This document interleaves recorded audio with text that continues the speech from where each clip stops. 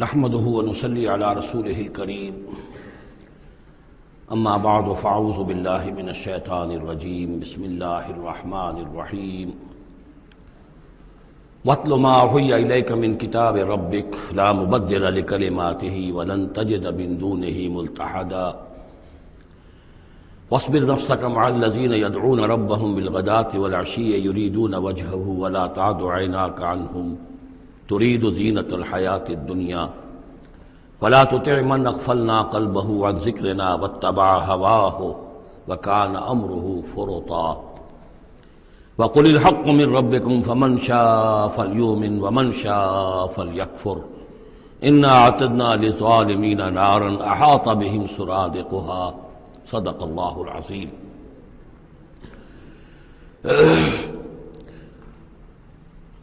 اور پڑھا کرو اس میں سے کہ جو وحی کیا گیا ہے آپ کی جانب آپ کے رب کی کتاب میں سے، اس کی باتوں کا بدلنے والا کوئی نہیں، اور نہیں پاؤ گے تم اپنے لیے اس کے سوا کوئی اور جائے پناہ۔ تھامے رکھو، روکے رکھو اپنے آپ کو ان لوگوں کے ساتھ جو پکارتے ہیں اپنے رب کو صبح و شام اور چاہتے ہیں اس کی رضا، طالب ہیں اس کے روئے انور کے، اور نہ دوڑیں آپ کی نگاہیں ان سے ہٹ کر آپ کے دنیا کو یہ محسوس ہو، یہ مغالطہ ہو کہ ترید و زینت الحیات الدنیا۔ یہ ذرا مشکل مقام ہے قرآن مجید کا کہ بظاہر تو الفاظ یہ ہیں کہ آپ کی نگاہیں دنیا کی زیبائش اور آرائش کی تلاش میں ان فقراء اور غرباء سے ہٹ کر امراء کی طرف نہ اٹھیں، لیکن ظاہر بات ہے کہ حضور صلی اللہ علیہ وسلم کی یہ شان نہیں تھی، لہذا اس میں جو بات سمجھ میں آتی ہے وہ یہ ہے کہ ایسا نہ ہو کہ آپ کے التفات کی وجہ سے دنیا یہ محسوس کرے کہ ان کی نگاہ میں بھی وقت اور اہمیت جو ہے وہ دنیاوی مال و دولت اور اسباب کی ہے۔ کسی داعی حق کے لیے یہ معاملہ بہت ہی نازک ہوتا ہے کہ ایک طرف جو حالات و واقعات ہیں اس کے اعتبار سے، جو حقائق ہیں اس کے اعتبار سے، معاشرے کے جو اونچے طبقات ہوتے ہیں، جو وہاں سرداری یا کسی اور طرح کی سربراہی کے منصب پر فائز ہوں یا ان کے پاس فراوانی ہو دولت کی، اب ظاہر بات ہے کہ ان کا ایک اثر و رسوخ ہوتا ہے معاشرے میں۔ ان میں سے کوئی ایک شخص ایمان لے آئے تو وہ بہت سے لوگوں کے برابر ہو جائے گا، جیسے حضرت عمر رضی اللہ تعالیٰ عنہ اور ابو جہل کو حضور نے دونوں کو پیش کیا اللہ کے سامنے کہ اللہ ان میں سے ایک کو ضرور میری جھولی میں ڈال دے۔ ظاہر بات ہے کہ اس سے اسلام کو تقویت حاصل ہوگی، اور اس سے یہ ہے کہ جن مسلمانوں پر کا قافیہ تنگ ہوا ہے، جن کو ستایا جا رہا ہے، اگر کوئی بڑا آدمی ایمان لے آئے گا تو ان کو بھی سہارا ملے گا، جیسے کہ حضرت عمر اور حضرت حمزہ کے ایمان لانے کے بعد جو غرباء تھے، فقراء تھے اور جو غلام تھے انہیں ستایا جا رہا تھا، انہیں کچھ ریلیف ملا ہے۔ اس حوالے سے ایک طرف تو اس کی ضرورت ہوتی ہے کہ ان کی طرف توجہ کی جائے، التفات رکھا جائے، تاکہ اگر وہ ایمان لے آئے تو اس سے ایمان کو بھی تقویت ہو، اسلام کو تقویت ہو، مسلمانوں کو بھی فائدہ پہنچے۔ دوسری طرف یہ اندیشہ ہوتا ہے کہ غرباء کا دل نہ دکھے، تیسری طرف یہ کہ لوگ یہ نہ سمجھیں کہ یہ بھی زیادہ جو ہے مدارات کرتے ہیں اور زیادہ التفات کرتے ہیں امراء کی طرف، اہم لوگوں کی طرف، گویا کہ ان کی نگاہوں میں بھی دنیا کی انہی چیزوں کی وقت ہے، انہی چیزوں کی اہمیت ہے۔ تو یہ تین طرف کے چیز سمجھیے کہ یہ چکی دو پارٹوں والی نہیں، تین پارٹوں والی ہے، کہ جس میں کوئی داعی جو ہوتا ہے وہ اس مخمصے میں آ جاتا ہے کہ ایک طرف تقاضا یہ ہے خود تحریک کا، دعوت کا، اس جد و جہد کا، اس کے تقاضے یہ ہیں کہ ان کی طرف التفات ہو، ان کی طرف توجہ کی جائے تاکہ ان میں سے کچھ لوگ ایمان لے آئیں تو کام میں سہولت حاصل ہو، مدد حاصل ہو، لیکن دوسری طرف یہ منفی دو اثرات بھی موجود ہیں۔ تو اس کے مابین جو ہے حکم دیا جا رہا ہے حضور صلی اللہ علیہ وسلم کو کہ بہرحال آپ یہ احتیاط کیجئے کہ یہ تاثر نہ ابھرنے پائے کہ محمد کے نزدیک بھی صلی اللہ علیہ وسلم اصل اہمیت جو ہے وہ دولت مند لوگوں کی ہے۔ وَلَا تُطِعْ مَنْ أَغْفَلْنَا قَلْبَهُ عَنْ ذِكْرِنَا، اور مت کہنا مانیے ان لوگوں کا، یہ جیسا کہ میں نے بارہا عرض کیا ہے کہ دباؤ پڑ رہا تھا سرداران قریش کی طرف سے کہ کچھ ہماری بات مان لیجئے، کچھ ہم آپ کی مان لیں گے۔ تو یہاں گویا کہ اس پہ پھر متنبہ کیا جا رہا ہے کہ جن لوگوں کو دلوں کو ہم نے اپنی یاد سے غافل کر دیا ہے، محروم کر دیا ہے، آپ ان کی باتیں سنیں بھی مت، ان کی طرف دھیان بھی مت دیجیے۔ وَلَا تُطِعْ مَنْ أَغْفَلْنَا قَلْبَهُ عَنْ ذِكْرِنَا وَاتَّبَعَ هَوَاهُ وَكَانَ أَمْرُهُ فُرُطًا وَقُلِ الْحَقُّ مِنْ رَبِّكُمْ۔ یہ جو مضمون ابھی ہم نے دوبارہ پڑھا ہے، اس کو آپ دیکھیں گے کہ یہ 21ویں پارے کی آغاز میں پھر دوبارہ آئے گا کہ جب بھی شدید کشاکش کا دور آیا ہے تو اس میں یہی ہدایات اللہ تعالیٰ کی طرف سے آئی ہیں حضور کو اور حضور کی وساطت سے تمام اہل ایمان کو، کہ قرآن مجید کے ساتھ تمسک جو ہے اور مضبوط کرو، قرآن مجید کے ساتھ اپنے تعلق کو اور گہرا کرو، اور اس کو پڑھنا اور اس کا جو ہے اس کے ساتھ جو ہے اپنے اوقات کا بسر کرنا، اس میں اور اضافہ کرو، اسی سے تم ان شدائد اور مصائب کا مقابلہ کر سکو گے۔ وَقُلِ الْحَقُّ مِن رَبِّكُمْ، اور کہہ دیجئے یہ حق ہے میرے رب کی طرف، تمہارے رب کی طرف سے جو میں پیش کر رہا ہوں۔ فَمَن شَاءَ فَلْيُؤْمِنْ وَمَن شَاءَ فَلْيَكْفُرْ، تو اب جو چاہے ایمان لائے، جو چاہے کفر کرے۔ یہ بالکل وہی بات ہے جو سورۃ الدہر میں کہی گئی ہے کہ اما شاکرا و اما کفورا، ہم نے پورا اختیار دے دیا، انا ہدیناہ السبیل اما شاکرا و اما کفورا، یہ اختیار ہم نے انسان کو دیا ہے، چاہے شکر گزار بندہ بنے، چاہے کفران نعمت کی روش اختیار کرے۔ تو یہاں انداز یہ ہے کہ آپ ان کفار سے کہہ دیں کہ میں دعوت پیش کر رہا ہوں، اب تمہیں ایمان لانا ہے لاؤ، کفر کرنا ہے کفر کرو، لیکن بین کی کوئی بات نہیں ہو سکتی، کوئی گیو اینڈ ٹیک، کوئی جو ہے کمپرومائز، یہ ممکن نہیں ہے۔ قُلِ الْحَقُّ مِن رَبِّكُمْ، ٹیک اٹ اور لیو اٹ، یہ حق ہے تمہارے رب کی طرف سے، چاہے اسے چھوڑ دو تو پورے کو چھوڑنا ہوگا، قبول کرنا ہے تو پورے کو کرنا ہوگا۔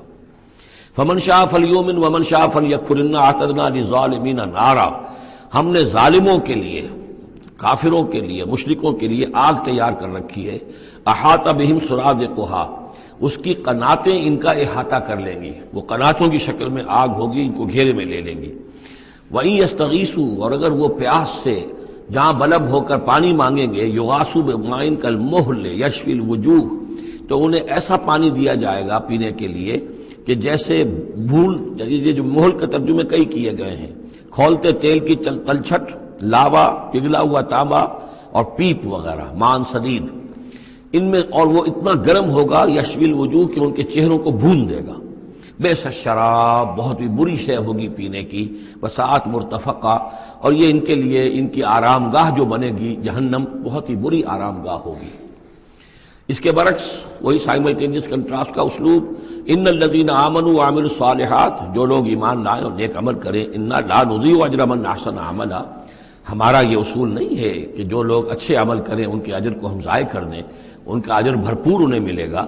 اولئک لہم جنات عدن تجری من تحتہم الانہار، یہ وہ لوگ ہیں کہ جن کے لیے ہیں وہ رہنے والے باغات، ریزیڈینشل گارڈنز، جن کے دامن میں ندیاں بہتی ہوں گی، یحلون فیہا من اساور من ذہب، انہیں پہنائے جائیں گے وہاں کنگن سونے کے، ویلبسون ثیابا خضرا من سندس، اور ان کو وہ پہنیں گے وہاں پر کپڑے سبز رنگ کے، باریک ریشم کے اور گاڑھے ریشم کے، یعنی اوپر کا لباس جو ہوگا وہ باریک ریشم کا ہوگا اور جو نیچے کا لباس ہوگا وہ گاڑھے ریشم کا ہوگا۔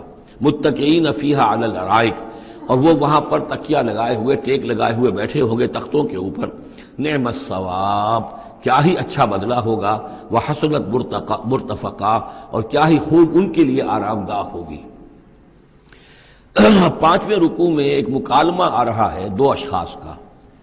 ایک شخص وہ ہے کہ جس کو اللہ نے دنیاوی نعمتیں جو بھی اس دور کی تھیں بھرپور دی ہیں، مادی وسائل بھرپور دے رکھے ہیں، اور وہ اس قدر اس کا معاملہ ٹھیک چل رہا ہے کہ ہوتے ہوتے اس کی نگاہ اب اللہ کی طرف سے ہٹ کر ان مادی اسباب و وسائل ہی پر جم گئی ہے، اس کا توکل اور اعتماد اسی پر قائم ہو گیا ہے۔ ایک دوسرا شخص ہے دنیاوی اعتبار سے مرفع الحال نہیں ہے، اس کے پاس دولت نہیں ہے، دنیاوی چیزیں نہیں ہیں، لیکن وہ اللہ تعالیٰ کی معرفت اسے حاصل ہے۔ وہ اس دولت مند آدمی کو کوئی نصیحت کرتا ہے کہ تم اللہ کو بھول گئے ہو، تمہیں چاہیے کہ ہم تمام چیزوں کے اوپر جو بھی اللہ نے تمہیں دی ہے اس کا شکر ادا کرو، اس کا حق ادا کرو۔ لیکن اس نے اپنے گھمنڈ میں آ کر اسے بہت تلخ جواب دیا کہ میرے پاس یہ سب کچھ ہے تو گویا کہ میں اللہ تعالیٰ کا لاڈلا ہوں، چہیتا ہوں، تم جوتیاں پٹخار رہے ہو، تمہارے پاس کچھ نہیں ہے، تمہاری کوئی حیثیت نہیں ہے، تمہاری حیثیت ہی نہیں کہ مجھے تم واعظ بھی کہو۔ لیکن یہ کہ اس پر پھر جو ان کے درمیان معاملہ ہوا تو انہوں نے کہا، اس شخص نے، کہ ہو سکتا ہے کہ اللہ تعالیٰ تمہارے اس سارے دولت کو اور مال و اسباب کو ضائع کر دے، لیکن یہ کہ اس نے کہا کیسے ہو سکتا ہے، میں نے سارا بندوبست ٹھیک کیا ہوا ہے۔ بہرحال نتیجہ یہ نکلا کہ اللہ تعالیٰ نے اس کی اس پوری دولت کو ایک طریقے سے ضائع کر دیا، اور پھر وہ اپنے ہتھیلیاں ملتا رہ گیا، کف افسوس ملتا رہ گیا، اور اس نے کہا ہائے کاش کہ میں نے اپنے رب کے ساتھ شرک نہ کیا ہوتا۔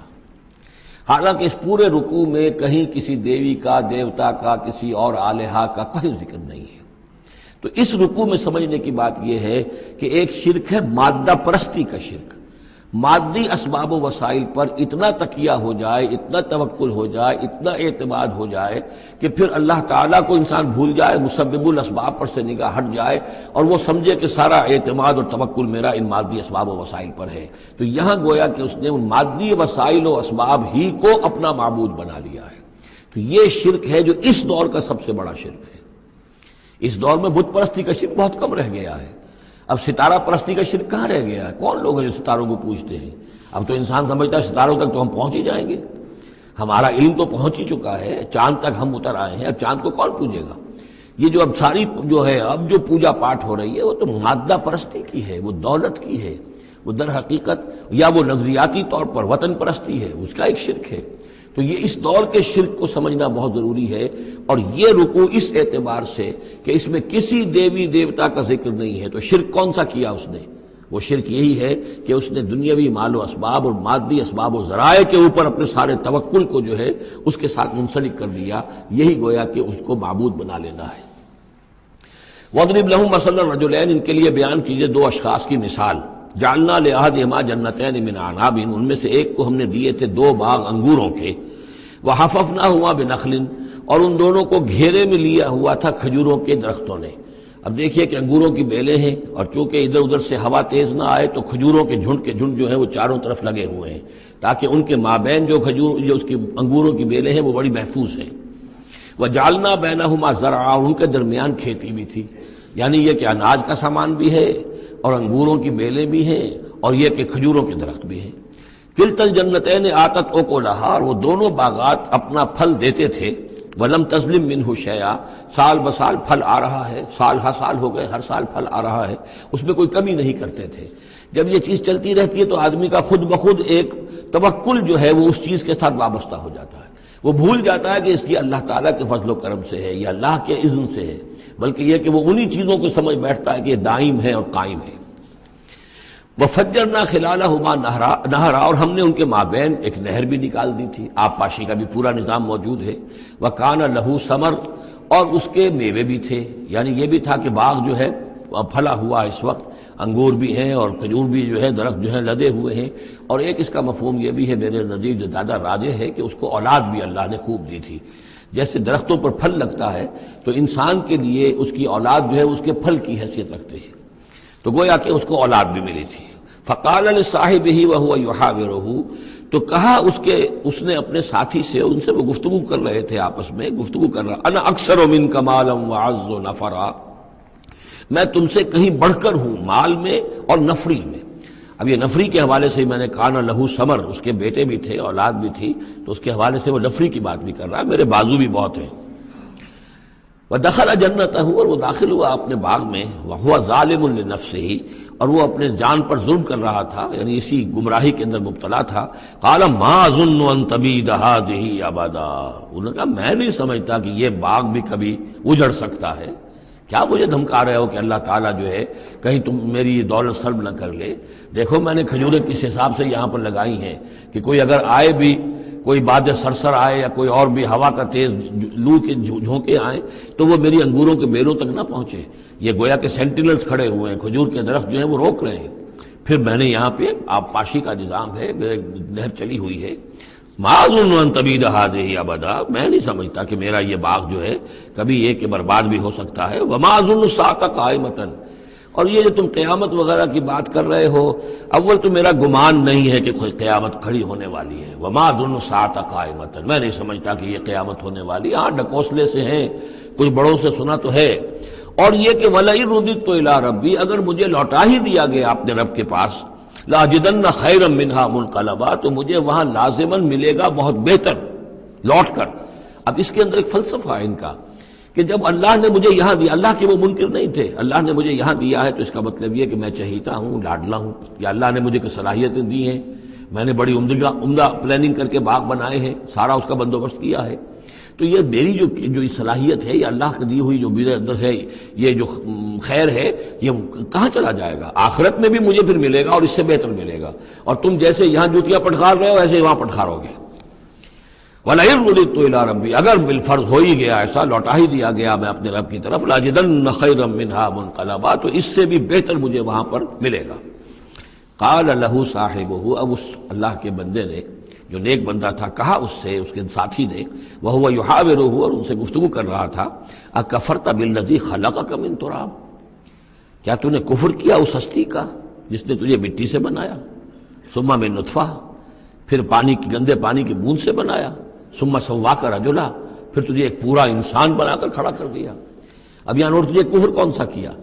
یعنی یہ کہ وہ رب مان رہا ہے اللہ کو، اور رب کے ساتھ اس نے کسی اور کا ذکر نہیں کیا ہے۔ مطلب یہ کہ آخرت کا انکار در حقیقت اللہ کا انکار ہے۔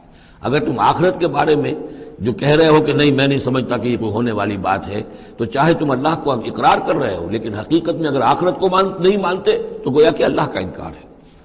لیکن هو اللہ ربی، لیکن جہاں تک میرا معاملہ ہے، میں نے تو اللہ کو اپنا رب مانا ہوا ہے، وہی میرا مالک ہے، آقا ہے، ولا اشرک بربی احدا، اور میں اپنے رب کے ساتھ کسی کو شریک نہیں ٹھہراتا۔ ولولا اذ دخلت جنتک قلت ما شاء اللہ، اور کیوں نہ ایسا ہوا کہ اللہ کے بندے جب تو اپنے باغ میں داخل ہوا، تو نے باغ دیکھا پھلا ہوا ہے، ہرا بھرا ہے، ہر طرف منظر جو ہے بڑا دل خوشکن منظر ہے، تو کہتا ما شاء اللہ۔ یہ پھر وہی مجلسی کلمہ آ گیا جس میں توحید کوٹ کوٹ کر بھری ہوئی ہے، ماشاء اللہ، یہ جو اللہ نے چاہا، جو اللہ نے چاہا، یہ سب اس کے فضل و کرم سے ہے۔ لا قوت الا باللہ، کوئی طاقت نہیں ہے اللہ کے سوا۔ اگر اللہ کی طرف سے یہ بات نہ ہوتی تو میرے اندر کوئی صلاحیت نہیں تھی، اللہ ہی کی ہے، در حقیقت یہ دین ہے اس کی، اسی کی عطا ہے۔ ان ترنی انا اقل منک مالا و ولدا، اگر تم دیکھ رہے ہو کہ میں تم سے کم ہوں مال میں بھی اور اولاد میں بھی، فعسى ربی ان یؤتینی خیرا من جنتک، تو مجھے تو اپنے رب کے بارے میں یہ یقین ہے کہ وہ جب چاہے مجھے تیرے باغ سے بہتر باغ دے سکتا ہے، وَيُرْسِلَ عَلَيْهَا حُسْبَانًا، اور تیرے باغ کے اوپر وہ کوئی اوپر سے کوئی لو کا جھونکا ایسا بھیج سکتا ہے، من السماء، آسمان سے، فَتُصْبِحَ صَعِيدًا زَلَقًا، کہ یہ پورا باغ جو ہے یہ جو ایک ایسا چٹیل میدان ہو کر رہ جائے کہ یہاں کوئی درخت رہے نہ بیلے رہے۔ معلوم ہوا کہ ہر چیز جب آنکھ کھلی گل کی تو موسم تھا خزاں کا، یہ ہو سکتا ہے، عین ممکن ہے۔ اور یصبح ماؤہا غوراً، یا اللہ آسمان سے کوئی ایسی نہ بھی بھیجے کوئی چیز بلا، تو اس کا پانی ہی جو تمہارا یہ جو چشمہ چل رہا ہے، وہ پانی ہی اگر زمین کے اندر گہرا اتر جائے، یہ چشمہ خشک ہو جائے، فلن تستطیع لہ طلبا، اور پھر تو پانی کہیں سے لا نہ سکے، تو یہ باغ خود بخود اچڑ جائے گا۔ یہ سارے امکانات ہیں، مسبب الاسباب نے تمہارے لیے اس وقت سارے اسباب جمع کر رکھے ہیں، جب چاہے گا ان میں سے کسی ایک سبب کی بھی اگر تناب کھینچ لے تو یہ سارا معاملہ جو ہے یہ تو شیش محل کی طرح کا ہے، ایک ہی جو پتھر ہے وہ اس سب کو چکنا چور کر دے گا۔ وَأُحِيطَ بِثَمَرِهِ، معلوم ہوتا کہ وہ بہت ہی کوئی اللہ کا پہنچا ہوا شخص تھا، جو اللہ کا دوست تھا، اور اس کا دل دکھایا اس شخص نے، جس کو تانا دیا اسے انا خیر من کہ انا اکثر منک مالا و ولدا، تو اس حوالے سے اس کا دل دکھا ہے۔ اور یہ جان لیجئے کہ کسی اللہ والے کا من عادى لي وليا فاذنته للحرب، تو ایک حدیث قدسی ہے، جو شخص میرے کسی ولی کے ساتھ دشمنی کرے پھر میری طرف سے اس کے خلاف اعلان جنگ ہے۔ تو اس نے چونکہ یہ دل دکھایا ہے، اور فارسی کا ایک شعر بھی بڑا مزیدار ہے کہ ہیچ قوم را خدا رسوا نہ کرد، تا دلے صاحب دلے نامد میں درد، کسی صاحب دل کے دل کو ٹھیس لگتی ہے، درد اور اس کے اندر پیدا ہو جاتا ہے، صاحب دل ہو، اللہ کی محبت اس کے دل میں ہو اور اسے ٹھیس پہنچے، تو تا دلے صاحب دلے نامد میں درد، ہیچ قوم را خدا رسوا نہ کر، قومیں بڑی رسوا ہو جاتی ہیں کسی ایک اللہ والے کی کہ دل جو ہے اس کی دل کو اگر تکلیف پہنچے۔ تو وَأُحِيطَ بِثَمَرِهِ، اس کا سارا ثمر سمیٹ لیا گیا، اللہ تعالیٰ نے جو کچھ اس کو دیا تھا وہ سلب کر لیا، باغ بھی ختم ہوا، اولاد بھی ختم ہوئی۔ فَأَصْبَحَ يُقَلِّبُ كَفَّيْهِ عَلَىٰ مَا أَنفَقَ فِيهَا، تو وہ رہ گیا اپنے ہاتھوں کو ملتا ہوا، اپنی ہتھیلیوں کو ملتا ہوا، جسے ہم کہتے ہیں کفِ افسوس ملنا۔ یقلب کفیہ علی ما انفق فیہا، جو کچھ اس نے خرچ کیا تھا، انویسٹ کیا تھا، محنت کی تھی، کتنا عرصہ لگا تھا اس باغ کے پلاننگ میں، باغ کو اس نے لگایا تھا، کہاں کہاں سے پودے لایا ہوگا۔ ما انفق فیہا وہی خاویۃ علی عروشہا، اور وہ باغ جو ہے گرا پڑا ہوا تھا اپنی چھتریاں کے اوپر، کیونکہ جو انگور کی بیلیں ہوتی ہیں وہ ٹٹیاں ہوتی ہیں، چھتریاں ہوتی ہیں، وہ سب اوندھی پڑی ہیں۔ وَيَقُولُ يَا لَيْتَنِي لَمْ أُشْرِكْ بِرَبِّي أَحَدًا، اور اس وقت وہ کہہ رہا تھا ہائے میری شامت، کیا کاش کہ میں نے اپنے رب کے ساتھ شرک نہ کیا ہوتا۔ اب یہ کون سا شرک ہے؟ اس پوری اس گفتگو کے اندر کہیں کسی دیوی کا، دیوتا کا، کسی اور کسی کا ذکر نہیں ہے، کسی کی شفاعت کا ذکر نہیں ہے۔ یہ ہے ہمارا آج کا نقشہ مادہ پرستی کا۔ آج کی ہماری ذہنیت جو ہے پوری کی پوری اس رکوع کے اندر موجود ہے۔ وَلَمْ تَكُنْ لَهُ فِئَةٌ يَنْصُرُونَهُ، اور نہ ہوئی پھر اس کی کوئی جماعت، کوئی اس کی فوج ہوتی جو اس کی مدد کرتی من دون اللہ، اللہ کے مقابلے میں۔ وَمَا كَانَ مُنْتَصِرًا، اور نہ ہی وہ اس قابل تھا کہ کسی سے انتقام لے۔ کس سے انتقام لے؟ سارا فیصلہ تو اللہ کی طرف سے ہوا ہے۔ هُنَالِكَ الْوَلَایَةُ لِلَّهِ الْحَقِّ، یہاں تو حکومت اور اختیار کل کا کل اللہ ہی کے لیے ہے، سچے اللہ کے لیے جو الحق ہے۔ یہ ولایا ہے واو کے زبر کے ساتھ۔ والی کہتے ہیں حاکم کو، مالک کو والی، والی سے ولایا بنتا ہے۔ ولی کہتے ہیں دوست، پشت پناہ، اور اس سے ولایا بنتا ہے، ولایت باہمی۔ اللہ ولی الذین آمنوا یخرجهم من الظلمات الی النور، اور الا ان اولیاء اللہ لا خوف علیہم ولا هم یحزنون، یہ ولایت ہے واو کے زیر کے ساتھ۔ اور والی ہونا کسی کا، فلاں ملک کا والی فلاں تھا، یعنی وہاں کا حکمران تھا، بادشاہ تھا، تو یہاں کی بادشاہی، یہاں کا اختیار، هنالک الولایۃ للہ الحق، کل ولایت اللہ ہی کے ہاتھ میں ہے۔ ہوا خیر ثوابا و خیر عقبا، یقیناً وہی بہتر ہے انعام دینے والا، اور وہی بہتر ہے نتیجے کے اعتبار سے، عاقبت کے اعتبار سے۔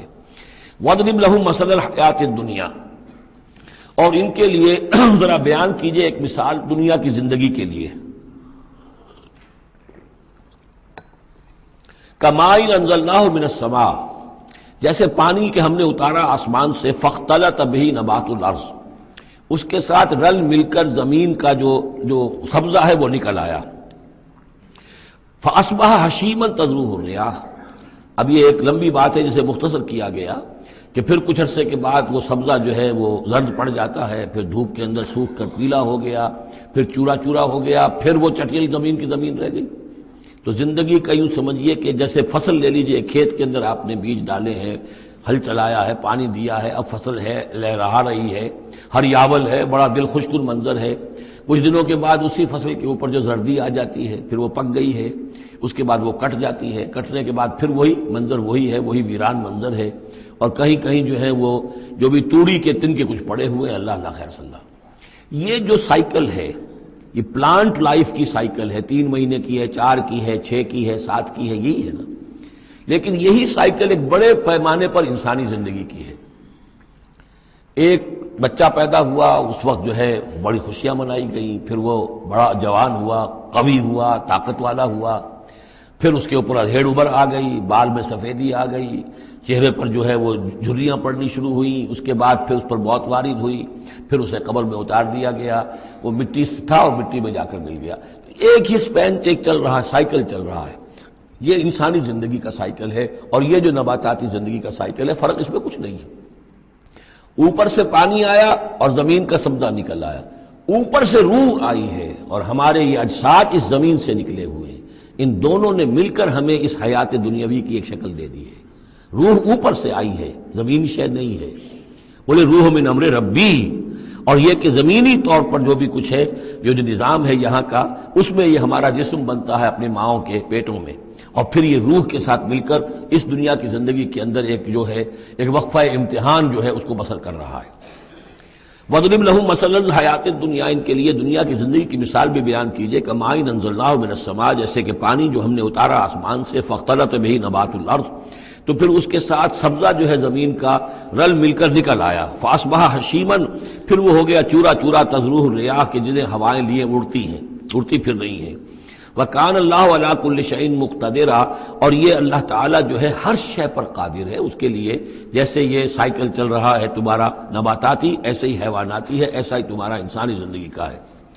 المال والبنون زینت الحیات الدنیا، یہ زینت کا لفظ 3 مرتبہ اس صورت میں آیا ہے، اور یہ اس کا عمود ہے، میں بتا چکا ہوں آپ کو۔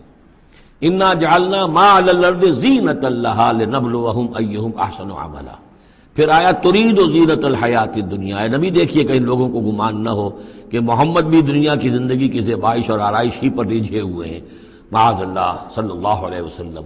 اب یہاں فرمایا یہ دنیا کی زندگی جو تمہاری ہے، اس میں اولاد اور مال، یہ تمہارے لیے زیبائش ہے، آرائش ہے، لیکن کتنی دیر کی؟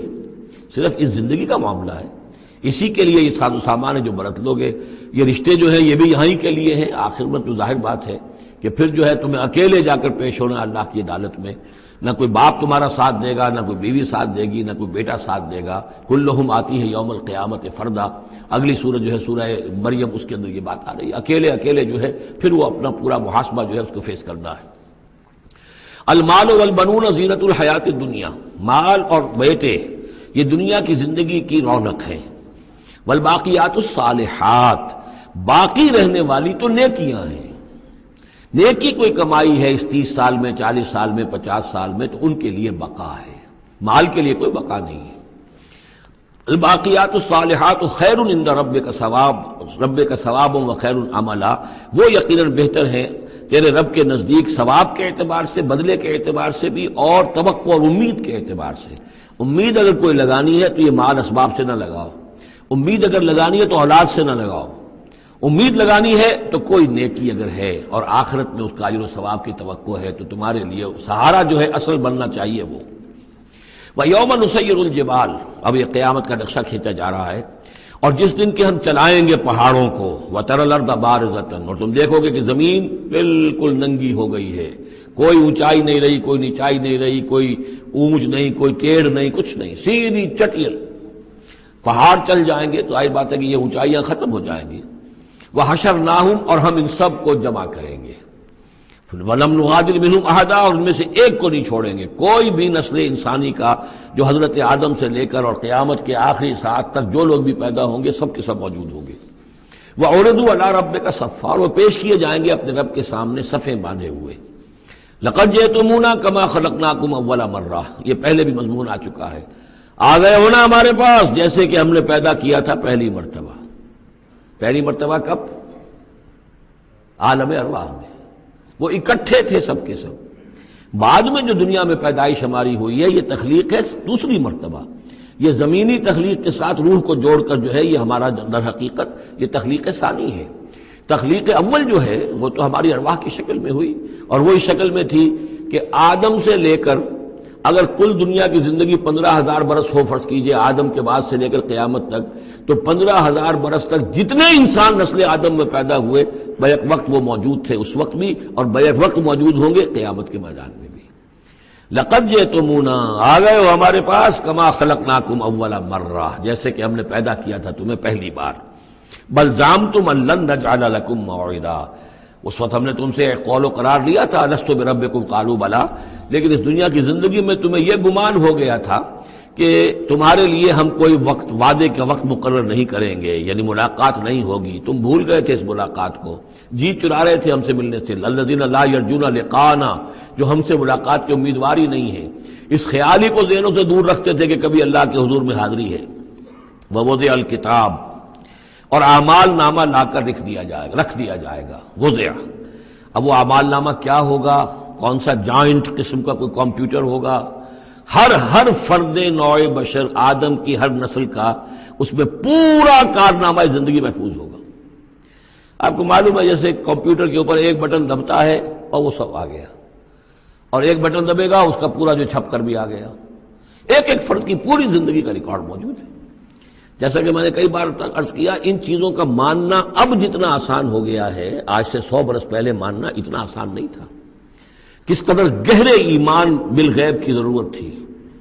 آج تو یہ چیزیں ہمارے حساب کتاب میں آ رہی ہیں. چھوٹے چھوٹے سے بٹن کی طرح کا تو ٹیپ ریکارڈر ہوتا ہے کہ آپ سے ملنے کے لیے کوئی آیا ہے آپ کو پتہ ہی نہیں، اور اس کا جو بٹن ہے جو کوڈ کا آپ بٹن سمجھ رہے ہیں وہ ٹیپ ریکارڈر ہے. وہ آپ کے ساتھ جو گفتگو ہو رہی ریکارڈ ہو رہی ہے آپ کو پتہ ہی نہیں. جو صورتحال یہ ہو چکی ہے، ذرا لگائیے کہیں پر اور آپ کو معلوم ہوگا کہ آپ کی ساری گفتگو سن لیجیے آپ. تو یہ ساری ریکارڈنگ کے ہر چیز محفوظ ہو رہی ہے. اعمال نامے میں ہر شے موجود ہے. ووضع الکتاب، اور وہ لا کر اعمال نامہ رکھ دیا جائے گا. کہیں سے وہ کمپیوٹر شاید کس جگہ پر ہے اور وہاں سے وہ انسٹال جو ہے وہاں سے لا کر میدان حشر میں ٹکایا جائے گا. ووضع الکتاب فترى المجرمین مشفقین مما فیہ، تم دیکھو گے اب مجرموں کو ڈر رہے ہوں گے، کانپ رہے ہوں گے کہ اس میں کیا کچھ ہے. وَيَقُولُونَ، اور وہ کہتے ہوں گے یا ویلتنا، ہائے ہماری شامت، ما لہذا الکتاب، یہ کیسا اعمال نامہ ہے، لا یغادر صغیرۃ ولا کبیرۃ، اس نے تو کسی چھوٹی سی چھوٹی بات کو نہیں چھوڑا، نہ کسی بڑی بات کو چھوڑا، الا احصاها، مگر یہ کہ اس کو محفوظ رکھا ہوا ہے. اس نے تو مائنیوٹس ڈیٹیلز کو بھی اومٹ نہیں کیا ہے. کیسا ہی عمل نامہ. ما لهذا الكتاب لا يغادر صغيرة ولا كبيرة الا احصاها ووجدوا ما عملوا حاضرا. ما عملوا، اور وہ پائیں گے جو بھی عمل انہوں نے کیا ہوگا اسے موجود. ولا يظلم ربك احدا، تیرا رب کسی پر ظلم نہیں کرے گا. یہ تمہارے اپنے اعمال ہیں. اب دیکھیے یہاں 6 رکوع ختم ہوئے، 7واں رکوع شروع ہو رہا ہے، اور 7ویں رکوع کی پہلی آیت سورہ بنی اسرائیل میں بھی یہی تھی، وَإِذْ قُلْنَا لِلْمَلَائِكَةِ اسْجُدُوا لِآدَمَ فَسَجَدُوا إِلَّا إِبْلِيسَ. بالکل ٹھیک درمیان میں سورہ بنی اسرائیل میں بھی 12 رکوع اس کے ہیں، 12 رکوع اس کے ہیں. سورہ بنی اسرائیل کی 111 آیات ہیں، سورہ کہف کی 110 آیت ہیں. یعنی یوں سمجھیے کہ نہایت حسین، متوازن، ہر اعتبار سے بہت ہی خوبصورت جوڑا ہے. اس کی نسبت زوجیت جو ہے اس سورہ بنی اسرائیل اور سورہ کہف کی بہت نمایاں ہے. میری ایک کتاب ہے، وہ اس میں آخری جو ہے اسی پر بحث ہے، قرآن حکیم کی صورتوں کا اجمالی تجزیہ، جس میں کہ اس کی نسبت زوجیت کو میں نے بڑی تفصیل کے ساتھ، اگرچہ بڑی اختصار ہے لیکن جامعیت کے ساتھ بیان کر دیا ہے. وَإِذْ قُلْنَا لِلْمَلَائِكَةِ اسْجُدُوا لِآدَمَ فَسَجَدُوا إِلَّا إِبْلِيسَ. اور جو یاد کرو جب کہ ہم نے کہا تھا فرشتوں سے کہ جھکو آدم کے سامنے، سجدہ کرو آدم کو، تو ان سب نے سجدہ کیا لیکن نہیں کیا ابلیس نے. کانا من الجن. اب یہاں وہ حقیقت کھول دی گئی جو بقیہ 6 جگہوں پر نہیں ہے، وہ جنات میں سے تھا. فَفَسَقَ عَنْ أَمْرِ رَبِّهِ. فا یہاں پر اب علت کو ظاہر کر رہا ہے. فرشتہ کبھی بھی اللہ کے حکم سے سرتابی نہیں کرتا، فرشتہ اللہ کے حکم کی نافرمانی نہیں کرتا. یفعلون ما یؤمرون لا یعصون اللہ ما امرهم. تو یہ جو نافرمانی اس نے کی ہے اس کی وجہ یہ ہے کہ وہ فرشتوں میں سے نہیں تھا، جنات میں سے تھا. کان من الجن ففسق عن امر ربه. تو اس نے وہ نکل بھاگا اپنے رب کے حکم سے، یہ نافرمانی کی اپنے رب کے فرمان کی. افتتخذونہ وذریتہ اولیاء من دونی. تو سوچو اے اولاد آدم، کیا تم اس کو اپنا ولی بناتے ہو اور اس کی نسل کو، اس کی اولاد کو، اس کے چیلوں چاٹوں کو، اس کے ایجنٹوں کو، ان سے دوستیاں کاٹتے ہو؟ من دونی، مجھے چھوڑ کر. میں تمہارا خیر خواہ، میں نے تمہارے سامنے سارے فرشتوں کو جھکوا دیا، میں نے تمہیں خلافت عرضی عطا فرمائی، تم میری کریشن کا ماسٹر پیس، کلائمیکس، اور تم بدبختو تم نے مجھے چھوڑ کر دوست بنایا اس شیطان لعین کو اور اس کے ایجنٹوں کو اور اس کی اولاد کو، چاہے وہ اس کے ایجنٹ جو ہیں وہ اس کے صلب سے ہیں، اس کی اولاد سے ہیں، اور یا یہ کہ انسانوں میں سے ہیں. افتتخذونہ وذریتہ اولیاء من دونی. کیا تم اسے اور اس کے اولیاء اور اس کی نسل کے لوگوں کو، اس کی اولاد کو ولی بنا رہے ہو مجھے چھوڑ کر؟ وہم لکم عدو، جبکہ فی الواقع وہ تمہارے دشمن ہیں. بئس للظالمین بدلا. کتنا برا بدل ہے کہ جو ان ظالموں نے اپنے لیے اختیار کیا ہے. اللہ کو چھوڑ کر ان کی رفاقت، اللہ کی دوستی چھوڑ کر اس شیطان لعین کی دوستی. ما اشہدتہم خلق السماوات والارض ولا خلق انفسہم. میں نے تو ان جنات کو نہ تو انہیں شہید بنایا تھا آسمان اور زمین کی تخلیق کا، اور نہ ان کے اپنی تخلیق کا. وما کنت متخذ المضلین عضدا. اور میں ایسے بہکانے والوں کو اپنا مددگار نہیں بنایا کرتا. یہ جو تم نے ان کو میرے برابر بنا دیا، اس کو مجھے چھوڑ کر انہیں ولی بنا لیا، ان کی دوستی کر رہے ہو، تو آسمان کی اور زمین کی تخلیق میں، بلکہ خود ان کی تخلیق میں وہ کوئی اس کے شاہد نہیں ہے. وَيَوْمَ يَقُولُ نَادُوا شُرَكَائِيَ الَّذِينَ زَعَمْتُمْ. اور جس دن کہ اللہ کہے گا کہ پکارو ذرا میرے ان شرکاء کو جن کا تمہیں زعم ہو گیا تھا، تمہیں گمان تھا کہ وہ میرے شریک ہیں. فَدَعُوهُمْ. تو وہ پکاریں گے ان کو. فَلَمْ يَسْتَجِيبُوا لَهُمْ. تو وہ انہیں کوئی جواب نہیں دیں گے. وَجَعَلْنَا بَيْنَهُمْ مَوْبِقًا. اور ان کے درمیان ہم ہلاکت والی گھاٹی حائل کر دیں گے، خلیج حائل کر دیں گے، کہ وہ جو شرکاء چاہے اولیاء اللہ ہی ہوں اور چاہے وہ انبیاء ہوں اور چاہے فرشتے ہوں، لیکن وہ کہ خلیج حائل ہوگی ہلاکت کی، وہ ان کی مدد کے لیے یا ان کی بات سن کر ان کے سفارش کرنے کے لیے نہیں آ سکیں گے. وَرَأَى الْمُجْرِمُونَ النَّارَ. اور مجرمین جو ہیں، ظالم، گناہ گار، کافر، وہ دیکھیں گے آگ کو کہ اب یہ ہے جس میں ہمیں جھونکا جانا ہے. فَظَنُّوا أَنَّهُمْ مُوَاقِعُوهَا. اور انہیں یقین ہو جائے گا کہ اب وہ اس میں ڈال دیے جائیں گے. وَلَمْ يَجِدُوا عَنْهَا مَصْرِفًا. اور وہ نہیں پائیں گے اس سے کہیں بھی بھاگنے کی کوئی جگہ، اس سے انحراف کی کوئی راستہ. وَلَقَدْ صَرَّفْنَا فِي هَذَا الْقُرْآنِ لِلنَّاسِ مِنْ كُلِّ مَثَلٍ. یہ آیت جو کہ تو سورہ بنی اسرائیل میں بھی آیت نمبر 89 ہے، وہاں یہاں یہ آیت 54 ہے، لیکن فرق کیا ہے؟ وہاں ہے وَلَقَدْ صَرَّفْنَا فِي هَذَا الْقُرْآنِ مِنْ كُلِّ مَثَلٍ. وَلَقَدْ صَرَّفْنَا فِي الْقُرْآنِ. وہاں ذرا الفاظ کا تھوڑا سا فرق ہے. وَكَانَ الْإِنسَانُ أَكْثَرَ شَيْءٍ جَدَلًا. ہم نے اس قرآن میں کل مثالیں جو بیان کر دی ہیں لوگوں کی ہدایت کے لیے، لیکن یہ کہ وہاں ہے فابا اکثر الناس سے اللہ کفورا، لیکن اکثر لوگ جو ہیں وہ کفران نعمت ہی پر اڑے رہتے ہیں۔ یہاں فرمایا وکان الانسان اکثر شیء جدلا، لیکن انسان جو ہے تمام مخلوقات سے بڑھ کر ہے جھگڑالو۔ وما منع الناس ان یؤمنوا، یہ الفاظ بھی جو کہ سورہ بنی اسرائیل میں بھی آئے تھے۔ وما منع الناس ان یؤمنوا آیت نمبر 94 ہے یہ وہاں، وما منع الناس ان یؤمنوا اذ جاءهم الهدى ويستغفروا ربهم، اور نہیں روکا لوگوں نے کو ایمان لانے سے جبکہ ان کے پاس ہدایت آ گئی کہ وہ استغفار کرتے اپنے رب سے، الا ان تاتیہم سنت الاولین، وہاں آیا ہے الا ان قالوا ابعث اللہ بشرا رسولا، کہ ان کو ایمان سے روکنے والی ان کا یہ خیال تھا کہ کیا اللہ تعالیٰ نے انسان کو رسول بنا کر بھیجا ہے۔ یہاں فرمایا الا ان تاتیہم سنت الاولین، ان کو جو روکا گیا ہے وما منع الناس ان یؤمنوا اذ جاءهم الهدى، یہ جو رک گئے ہیں جب ہدایت ان کے پاس آ گئی کہ ایمان نہیں لا رہے اور استغفار نہیں کر رہے، الا ان تاتیہم سنت الاولین، مگر یہ کہ ان پر آ کر رہے گی اب وہی جو پہلو کا جو انجام ہوا تھا وہی ان کے اوپر بھی مسلط ہوگا، او یاتیہم العذاب قبلا، یا یہ کہ عذاب ان کے سامنے آ جائے گا۔ وما نرسل المرسلین الا مبشرین ومنذرین، یہاں پہ جمع کے سیغے میں آ رہا ہے، سورہ بنی اسرائیل میں واحد کے سیغے میں آیا تھا آخری رکوع میں، وما ارسلناک الا مبشرا ونذیرا، اور ہم نے نہیں بھیجا ہے محمد آپ کو مگر مبشر اور نذیر بنا کر۔ یہاں جمع کے سیغے میں وما نرسل المرسلین الا مبشرین ومنذرین ویجادل الذین کفروا بالباطل، اور یہ کافر جو ہیں یہ جھگڑتے ہیں کفر اور بالباطل، جھوٹ کے لیے، جھوٹ کی طرف سے، لیدحضوا بہ الحق، تاکہ اس کے ذریعے سے حق کو بچلا دیں، حق کو ٹلا دیں، حق کو شکست دے دیں۔ یہ جھگڑ رہے ہیں، دلیل بازی کر رہے ہیں، مناظرے کر رہے ہیں، حجتیاں کر رہے ہیں۔ وَيُجَادِلُ الَّذِينَ كَفَرُوا بِالْبَاطِلِ لِيُدْحِضُوا بِهِ الْحَقَّ وَاتَّخَذُوا آيَاتِي وَمَا أُنذِرُوا هُزُوًا، اور انہوں نے میری آیات کو اور جو انہیں انذار کیا گیا، خبردار کیا گیا، اس کو ہنسی مذاق اور ٹھٹھا بنا لیا ہے۔ وَمَنْ أَظْلَمُ مِمَّنْ ذُكِّرَ بِآيَاتِ رَبِّهِ، اس شخص سے بڑھ کر ظالم کون ہوگا جسے اس کے رب کی آیات کے ذریعے سے نصیحت کی جائے، یاد دہانی کرائی جائے، فَأَعْرَضَ عَنْهَا، پھر بھی وہ اعراض کرے ان آیات الہیہ سے، وَنَسِیَ مَا قَدَّمَتْ يَدَاهُ، اور بھول جائے کہ اس کے دونوں ہاتھوں نے آگے کیا بھیجا ہوا ہے، کیا کرتوت ہیں جو بھیجے ہوئے ہیں۔ اگر تو ایمان لے آتا، ان آیات سے استفادہ کرتا، اپنے کیے پر پچھتاتا، توبہ کرتا، اس دنیا ہی میں اپنے سابقہ گناہوں کی اللہ تعالیٰ سے معافی لے کر جاتا، لیکن یہ کہ یہاں تو صورت یہ ہے کہ وَمَنْ أَظْلَمُ مِمَّنْ ذُكِّرَ بِآيَاتِ رَبِّهِ، اسے تذکیر کی گئی، نصیحت کی گئی اس کے رب کی آیات سے، فَأَعْرَضَ عَنْهَا، اس نے اعراض کیا، وَنَسِیَ مَا قَدَّمَتْ يَدَاهُ، اور بھولے رہا وہ کہ کیا کچھ اس نے آگے بھیجا ہوا ہے، کیا جھاڑ جکاڑ جو ہے اس نے عاقبت کے لیے تیار کیا ہوا ہے۔ اِنَّا جَعَلْنَا عَلَىٰ قُلُوبِهِمْ أَكِنَّةً أَن يَفْقَهُوهُ، یہ مضمون بھی آ چکا ہے سورہ بنی اسرائیل میں، حجابا مستورا، اور ہم نے ان کے دلوں کے اوپر جو ہے پردے ڈال دیے ہیں۔ انا جعلنا علی قلوبہم اکنۃ لیفقہوہ، ہم نے ان کے دلوں کے اوپر پردے ڈال دیے ہیں کہ اسے سمجھ نہ پائیں، وفی آذانہم وقرا، اور ان کے کانوں میں ہم نے ثقل پیدا کر دیا، بوجھ پیدا کر دیا کہ یہ سن نہیں سکتے۔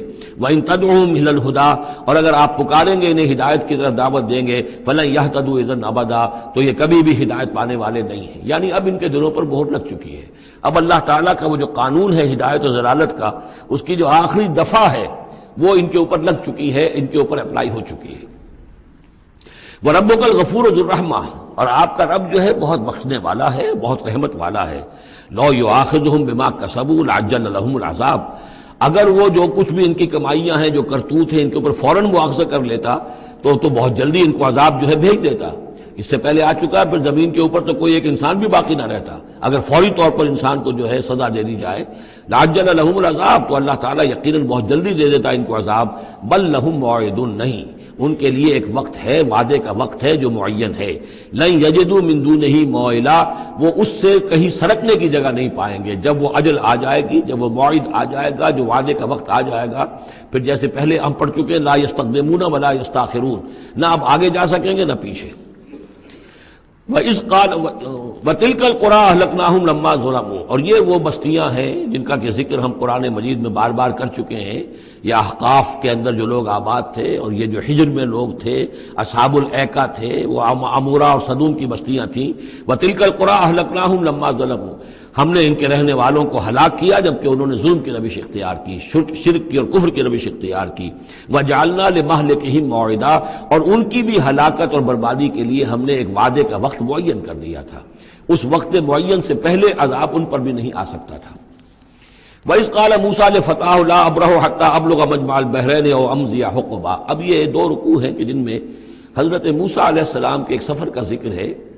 روایات میں جو بات معلوم ہوتی ہے اور وہ اس قرآن مجید کے بیان کے ساتھ وہ چیز مطابقت رکھتی ہے، اس لیے بیان کر رہا ہوں کہ حضرت موسیٰ کو اللہ تعالیٰ نے حکم دیا کہ فلاں جگہ پر جاؤ اور وہاں تمہیں ہمارا ایک بندہ ملے گا، اور وہ بندہ جو ہے بہت صاحب علم ہے، کچھ عرصہ اس کے پاس رہو۔ ہو سکتا ہے کہ یہ حضرت موسیٰ علیہ السلام کا بھی ابتدائی دور ہو نبوت کا، اور جیسے کہ اللہ تعالیٰ نے ہمیں معلوم ہے روایات سے 3 برس تک جو حضور صلی اللہ علیہ وسلم کی تعلیم کا بندوبست کیا ہے، ایک فرشتہ جو ہے مستقل جو ہے آپ کے ساتھ رہا ہے، اسی طریقے سے شاید اللہ تعالیٰ نے کسی یا تو فرشتے کو، جسے ہم خضر کہہ دیتے ہیں، یہ بھی کوئی یقین کے ساتھ معلوم نہیں کہ وہ خضر علیہ السلام، قرآن میں ان کا نام نہیں ہے، یہ بھی رائے ہے کہ وہ فرشتے ہیں، یہ بھی رائے ہے کہ وہ انسانوں میں سے کوئی انسان ہے جن کو اللہ تعالیٰ نے بہت لمبی عمر دے دی ہے، جیسے جن کو دے رکھی ہے ایک ابلیس کو، تو انسانوں میں سے ایک اچھے اپنے نیک اور اپنے پسندیدہ اور برگزیدہ انسان کو بھی اس نے بہت بڑی عمر دے رکھی ہے، وہ حضرت خضر ہے، واللہ عالم۔ اس کے بارے میں کوئی تفصیل ہم نہیں جان سکتے،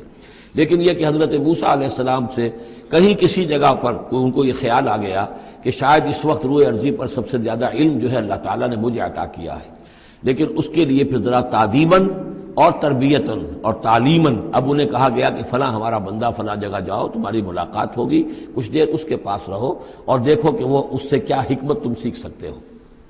اب اس کے لیے حضرت موسیٰ نکلے ہیں اپنے نوجوان ساتھی خادم کے ساتھ، یوشع ابن نون ان کو ساتھ لے کر۔ وَإِذْ قَالَ مُوسَىٰ لِفَتَاهُ لَا أَبْرَحُ حَتَّىٰ أَبْلُغَ مَجْمَعَ الْبَحْرَيْنِ، اور جب کہا موسیٰ نے اپنے اس نوجوان ساتھی سے جن کا نام یوشع ابن نون ہے کہ میں نہیں باز آؤں گا یہاں تک کہ چلتا رہوں اور پہنچ جاؤں مجمع البحرین تک، جہاں پر کہ دونوں دریا مل جاتے ہیں، او امضی حقبا، یا پھر میں چلتا رہوں گا، چاہے وہ مجھے سینکڑوں برس گزر جائیں میں چلتا رہوں گا۔ بتایا گیا تھا مجمع البحرین پر وہ ملے گا، اور خاص نشانی اس کی بتا دی گئی تھی کہ ہمارا وہ بندہ وہاں ملے گا تمہیں۔ اب مجمع البحرین پر بھی اختلاف ہے، ایک کا تو خیال یہ ہے، وہ جو نقشہ میں نے آپ کو دکھایا تھا، کہ یہ جو ریڈ سی ہے، اس کی جو 2 کھاڑیاں ہو جاتی ہیں، تو ان کا جو مقام اتصال ہے گویا کہ وہاں بھیجا گیا کہ یہاں پر، لیکن صحیح رائے زیادہ جو ہے وہ یہ ہے کہ یہ جو دریائے نیل آتا ہے مصر میں، تو یہ سوڈان سے آتا ہے، تو 2 دریا مل کر یہ دریا بنتے ہیں، النیل الازرق اور النیل الابیض، ایک سفید رنگ کا پانی ہے اور ایک بھی نیلے رنگ کا پانی ہے۔ یہ نقشہ ہمیں بھی اٹک پر نظر آتا ہے، دریائے سندھ جو تربیلا سے نکل کر پانی آتا ہے وہ نیلے رنگ کا ہے، اور جو دریائے کابل کا پانی آ رہا ہوتا ہے مغرب سے تو اس کا وہ پانی گدلا ہے، اور کافی دور تک پھر ہمیں نظر آتا ہے کہ یہ دریائے کابل کا پانی چل رہا ہے گدلے رنگ کا، اور یہ صاف صاف پانی جو ہے دریائے سندھ کا چل رہا ہے۔ تو اسی طرح کا معاملہ وہاں پر ہے، نیل جو ہے نیلا نیل اور سفید نیل، النیل الازرق اور النیل الابیض، وہاں پر پہنچے ہیں کہیں، یہ یوں سمجھیے خرطوم کے آس پاس، کہ میں اب چلتا جاؤں گا۔ فلما بلغا مجمع بینہما، جب یہ پہنچ گئے اس دونوں دریاؤں کے ملنے کی جگہ پر، نسیا حوتہما، یہ بتا دیا گیا تھا کہ ایک جو مچھلی ہے تل کر اس کو ساتھ لے لینا تاکہ تمہارے وہ غذا کا کام بھی دے گی، اور اسی کو نشانی بنانا تھا اللہ نے بتانے کے لیے کہ کس جگہ پر وہ اس شخص سے ملاقات ہوگی۔ جب وہ پہنچے ان دونوں کی مجمع کے مقام پر، نسیا حوتہما، تو انہوں بھول گئے اپنی اس مچھلی کو، فاتخذ سبیلہ فی البحر سربا، اور وہ مچھلی جو ہے وہ زندہ ہو کر، حالانکہ بھنی ہوئی تھی تلی ہوئی تھی، وہ زندہ ہو کر اور اس نے وہ سرنگ سی بنا کر اور سمندر میں چلی گئی۔ فلما جاوزا، اب یہ نقشہ جو ہے یہ ان کے جو ساتھی تھے یوشع ابن نون، انہوں نے دیکھا ہے اپنی نگاہ سے کہ یہ معاملہ ہوا ہے، لیکن یہ کہ اس کا تذکرہ کرنا حضرت موسیٰ علیہ السلام سے بھول گئے۔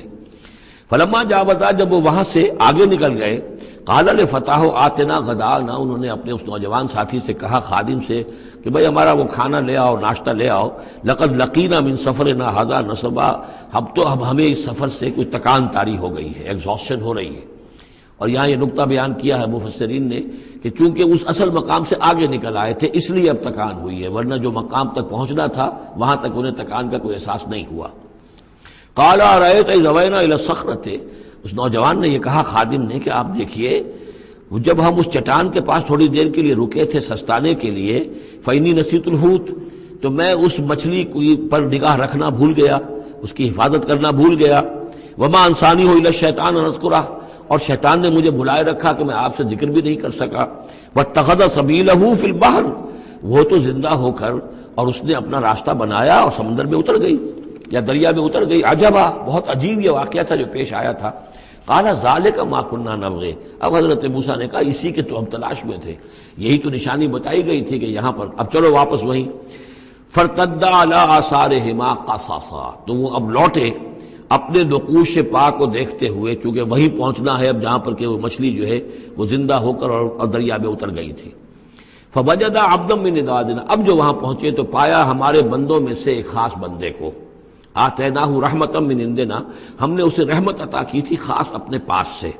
وعلمناہ من لدنا علما، اور اسے علم سکھایا تھا خاص اپنے پاس سے۔ یہ علم لدنی ایک اصطلاح ہے جو یہیں سے لفظ اخذ کیا گیا ہے۔ ایک علم وہ ہے جو ہم سیکھتے ہیں، جو بھی پڑھتے ہیں سیکھتے ہیں، تفسیر پڑھی ہے، عربی پڑھی ہے، نحو پڑھی ہے، فقہ پڑھی ہے، یہ علم حاصل ہو رہا ہے، یا جیوگرافی پڑھی ہے، تاریخ پڑھی ہے۔ ایک وہ علم ہے جو اللہ کسی کے دل میں ڈال دیتا ہے بغیر کسی مادی طور پر دنیاوی اعتبار سے کسی تحصیل علم کی مشقت سے گزرے ہوئے، اس کو علم لدنی کہتے ہیں۔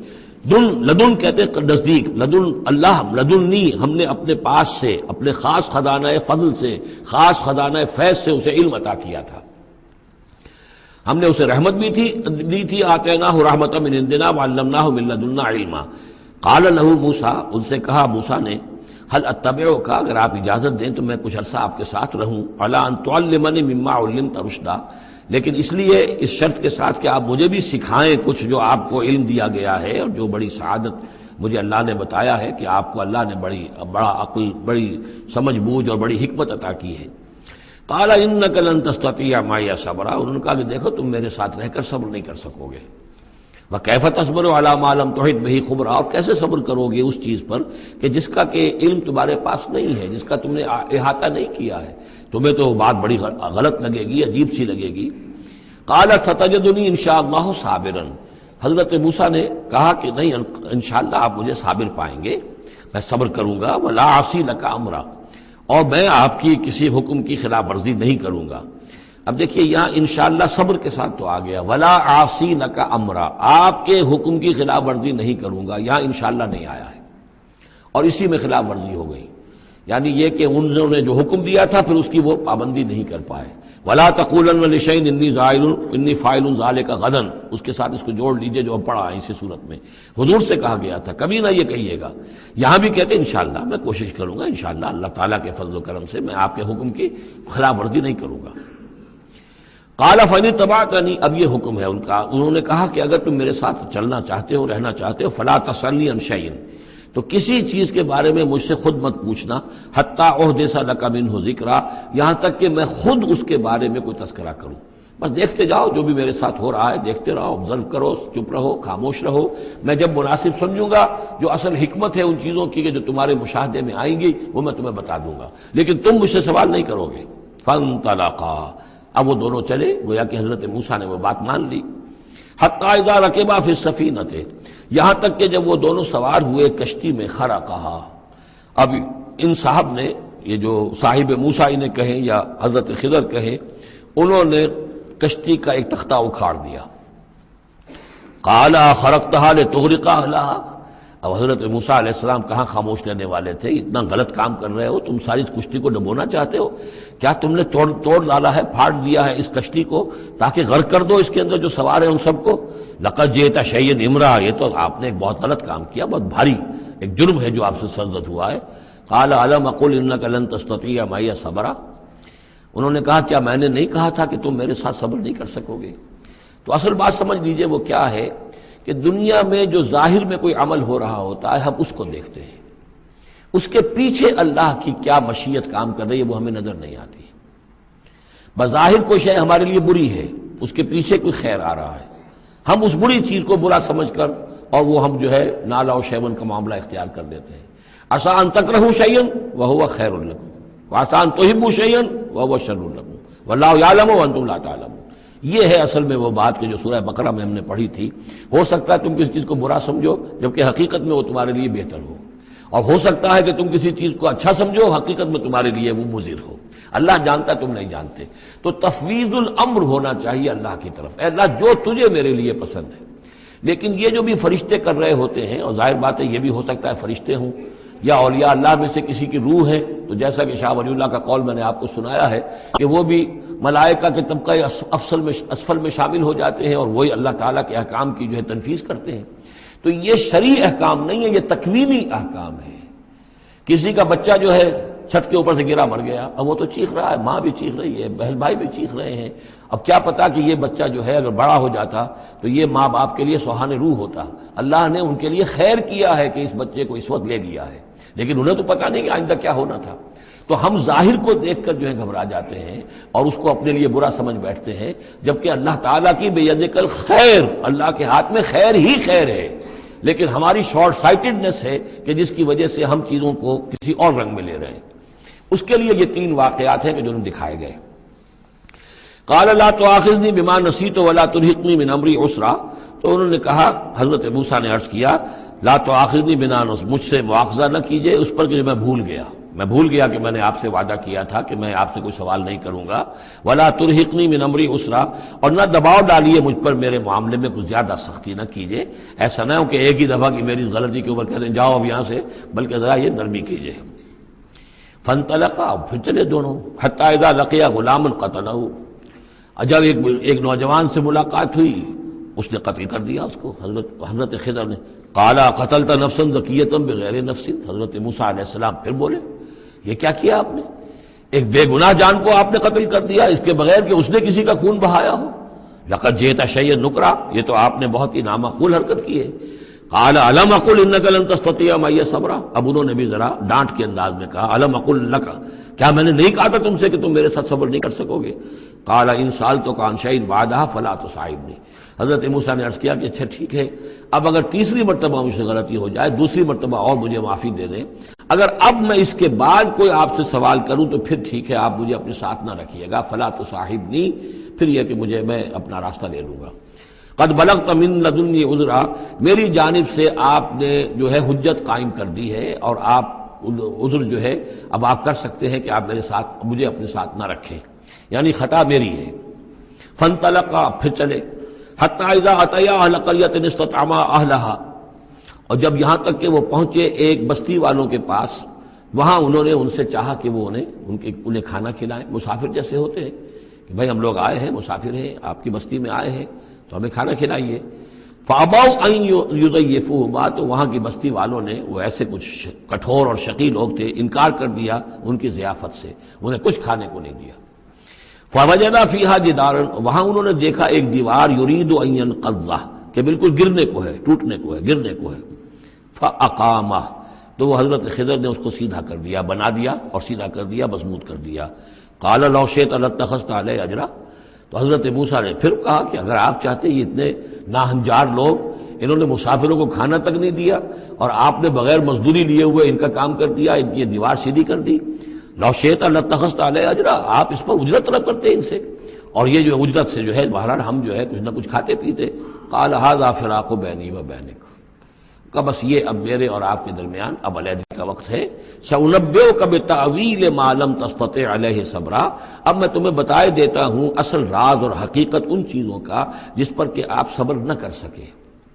اما السفینہ، جہاں تک اس کشتی کا معاملہ ہے، فکانت لمساکین یعملون فی البحر، تو یہ ان مزدوروں کی ملکیت تھی کہ جو دریا میں محنت کرتے ہیں. جیسے کشتی ہے، ادھر سے ادھر اتار دیا، 2 پیسے لے لیے، ایک پیسہ لے لیا، یہ مزدوری کر رہے ہیں، ان کے لیے گویا کہ کمائی کا اور ان کی معاش کا یہی ذریعہ ہے. فأردت أن أعيبها، میں نے یہ چاہا کہ اس کو عیب دار کر دوں. وَكَانَ وَرَاءَهُمْ مَلِكٌ يَأْخُذُ كُلَّ سَفِينَةٍ غَصْبًا، جبکہ آگے جو ہے ایک بادشاہ تھا، حاکم تھا، جو ہر کشتی کو کہ جو ثابت و سالم ہے اسے وہ غصب کر رہا ہے، اس کو جو ہے کنفسکیٹ کر رہا ہے، جیسے آج کل بھی ہوتا ہے ہمارے ہاں، وہ ویگنز جو ہیں وہ پولیس والے روک لیتے ہیں، تو اسی طریقے سے وہ جو ہے قبضہ کر رہا ہے ان پر. یاخذ کل سفینۃ غصبا، اب وہ دیکھے گا کہ یہ تو ٹوٹی ہوئی کشتی چھوڑ دے گا، تو کشتی میں ایک تختہ لگا لینا تو آسان کام ہے، پوری تختی جا رہی تھی تو میں نے ایک تختہ جو ان کا جو ہے توڑ دیا ہے تاکہ اسے ناقص سمجھ کر وہ بادشاہ جو ہے اسے ریجیکٹ کر دے اور اس کشتی کو نہ لے، تو ان مزدوروں کی پوری کشتی بن جائے. ایک تختہ توڑنے سے تختی بچتی ہے، اور یہ سالم رہتی تختی تو پوری کشتی جا رہی تھی۔ تو میں نے ان کے خیر کے لیے کیا ہے، جس کو تم نے یہ سمجھا کہ شاید میں لوگوں کو ہلاک کرنے کے لیے میں نے یہ قدم اٹھایا ہے۔ وَأَمَّا الْغُلَامُ، اور جہاں تک اس لڑکے کا معاملہ ہے، نوجوان کا، فَكَانَ أَبَوَاهُ مُؤْمِنَيْنِ، اس کے والدین بڑے نیک اور صالح ہیں، والدین دونوں کے دونوں۔ فَخَشِينَا أَن يُرْهِقَهُمَا طُغْيَانًا وَكُفْرًا، اب ظاہر بات ہے کہ حضرت خضر کو معلوم ہوگا کہ اس کے جینز اچھے نہیں ہیں، بڑے شرارتی قسم کے جین اس کے اندر ہیں، اور یہ جب جوان ہوگا تو یہ آوارہ ہو کر اٹھے گا اور بہت سخت ہوگا اور اپنے والدین کے لیے سوہان روح بن جائے گا۔ یرہقہما طغیانا و کفرا، ناشکری اور زبردستی کر کے ان کو عاجز کرے گا، ستائے گا۔ فَأَرَدْنَا يُبْدِلَهُمَا رَبُّهُمَا خَيْرًا مِّنْهُ زَكَاةً وَأَقْرَبَ رُحْمًا، تو ہم نے یہ چاہا کہ ان کا رب ان کے لیے بدل دے، اس سے بہتر اولاد اسے دے، بیٹا دے دے کہ جو اس کے لیے پاکیزگی میں بھی اور شفقت اور رحمت میں بھی اس سے بہتر ہو، جو ان کے لیے بڑھاپے میں سہارا بن سکے۔ تو ہم نے صرف یہ کیا ہے کہ یہ بچہ جو ہے وہ یہ ساری چیزیں جو اللہ کے حکم سے میں کر رہا ہوں، یہ گویا کہ تکوینی امور ہیں جو ہو رہے ہیں، یہ تشریعی امور نہیں ہے، تم شریعت کے حوالے سے دیکھ رہے ہو، اور میں یہ تکوینی معاملات کر رہا ہوں اللہ کے حکم کے مطابق۔ اور یہ در حقیقت رحمت ہے، جس کو کہ لوگوں نے یہ سمجھا ہوگا جن کا بچہ جو والدین کا فوت ہو گیا تو ان کے اوپر تو پہاڑ ٹوٹ پڑا ہوگا غم کا، لیکن اصل میں اللہ تعالیٰ نے یہ ان کے خیر کے لیے کیا۔ وَأَمَّا الْجِدَارُ، اور جہاں تک اس دیوار کا معاملہ ہے، فَكَانَ لِغُلَامَيْنِ يَتِيمَيْنِ فِي الْمَدِينَةِ، تو یہ دو غلام لڑکوں کی دیوار ہے جو شہر میں رہتے ہیں۔ وَكَانَ تَحْتَهُ كَنْزٌ لَهُمَا، اور اس دیوار کی جڑ میں ان کے لیے ایک دفینہ ہے۔ وَكَانَ أَبُوهُمَا صَالِحًا، اور ان کا باپ جو ہے وہ بہت نیک آدمی تھا، باپ نیک تھا، عین وہ جو سمجھئے کہ کسی جوانی میں یا کوئی وقت جو ہے وہ اس کی موت کا وقت آ گیا، بچے چھوٹے چھوٹے تھے، اس نے کچھ اپنی پونجی جو ہے گھر کے اندر ایک دیوار کی جڑ کے اندر بنیاد کے اندر دفن کر دی، یہ بڑے ہو جائیں بچے یہ نکال لیں۔ اب چونکہ وہ نیک تھا لہذا اللہ تعالیٰ کی طرف سے اس کا اہتمام ہو رہا ہے۔ دیوار اگر اس وقت گر گئی ہوتی تو یہ خزانہ ظاہر ہو جاتا، اور ابھی وہ بچے جو ہیں وہ چھوٹے ہیں، تو لہذا یہ لوگ جو ہیں بستی والے کتنے ناہنجار ہیں جنہوں نے ہمیں کھانے کو نہیں دیا ہے، وہ کیا یتیموں کے اس مال کا لحاظ کریں گے؟ وہ سارا کا سارا اس مال کو قبضہ کر لیں گے۔ تو میں نے وہ دیوار بنا دی ہے۔ کان ابوہما صالحا، ان کا باپ بہت نیک آدمی تھا۔ فاراد ربک یبلغ اشدہما، تو آپ کے رب کا یہ فیصلہ ہوا کہ یہ دونوں بچے جو ہیں اپنی پوری جوانی کو، پختگی کو، بلوغت کو پہنچ جائیں۔ ویستخرجا کنزہما، اور پھر وہ اپنا خزانہ نکال لیں۔ رحمتا من ربک، یہ تینوں امور آپ کے رب کی رحمت کا منظر ہے۔ بظاہر جو بھی نظر آ رہا ہے، تو دنیا میں جو حالات و واقعات ہو رہے ہیں یہ حقیقت دنیا کے اعتبار سے ہم اس کے ظاہر کو دیکھتے ہیں، اور ظاہر کے حوالے سے ہی دل گرفتہ ہو گئے، رنجیدہ ہو گئے، نقصان ہو گیا، یہ ہو گیا، ہاں اے فلک پیر جواں تھا ابھی عارف، کیا تیرا بگڑتا جو نہ مرتا کوئی دن اور، مرثیوں پر مرثیے کہے جا رہے ہیں، یہ سب کچھ ہوتا ہے، لیکن یہ کہ یہ پتہ نہیں ہوتا کہ اللہ تعالیٰ کی طرف سے جو بھی ہے وہ خیر ہے، اسی میں بھلائی ہے۔ تو بندہ مومن کا کام کیا ہے؟ تفویض الامر الی اللہ، اپنے معاملات کو اللہ کے حوالے کر دے، راضی برضائے رب، جو اللہ کی طرف سے آیا کہ ہر ساقی ماریخت عین الطافست رحمتا من ربک، یہ سب کچھ رحمت تھا، رحمت ہے آپ کے رب کی طرف سے۔ وما فعلتہ عن امری، یہ میں نے اپنے جی سے نہیں کیا ہے، میرا فیصلہ نہیں ہے۔ یعنی یہ جو بھی تھے، چاہے فرشتے تھے اور چاہے کوئی نیک انسان ہے جنہیں اللہ نے بہت لمبی زندگی دے دی ہے، چاہے یہ کوئی روح ہے کہ جو انسانی شکل میں پھر آ گئی ہے، کہ جو اللہ تعالیٰ نے کسی ولی اللہ کی روح کو جو ہے وہ طویل زندگی دے رکھی ہے، کوئی بھی ہے، اس سے کوئی فرق واقع نہیں ہوتا، لیکن یہ کہ وہ در حقیقت کارکنان قضاء و قدر کی فوج میں ریکروٹ ہو گئے۔ وہ جو فیصلے کر رہے ہیں، جس کی تنفیذ کر رہے ہیں، اس کا شریعت سے تعلق نہیں ہے، وہ تکوینی امور ہے اللہ تعالیٰ کے۔ ذالک تعویل ما لم تستطع علیہ صبرا، یہ ہے تعویل، یہ ہے اصل حقیقت، یہ ہے اصل راز ان چیزوں کا جس پر کہ اے موسیٰ تم صبر نہ کر پائے۔ اب اس کے بعد جو ایک رکوع میں واقعہ آ رہا ہے ذوالقرنین کا، تو جو بھی 1-2 منٹ ہمارے پاس ہے اس میں تھوڑی سی تمہید بیان کیے دیتا ہوں کہ تو ایک سوال یہ بھی تھا کہ ذوالقرنین کون ہے؟ یہ کون ہے؟ یہ سمجھئے کہ اس صدی تک، تقریباً 1300 برس تک ہمارے مفسرین ان کے علم میں نہیں تھا کہ کوئی اتنا بڑا بادشاہ ہو رہا ہو جتنا بڑے بادشاہ کا ذکر ابھی ذوالقرنین کے حوالے سے آئے گا، تو لہذا لوگوں نے یہ سمجھا عام طور پر کہ سکندر اعظم، یہی معلوم تھا سکندر بہت بڑا فاتح تھا، وہ مقدونیہ سے چلا یونان سے اور دریائے بیاس تک آ گیا تک، کتنا بڑا، تو اس کو، لیکن یہ کہ اس کی سیرت و کردار جو ہے جو سکندر کی معلوم ہے، اس کی کوئی مناسبت ذوالقرنین کے اس کردار سے نہیں ہے۔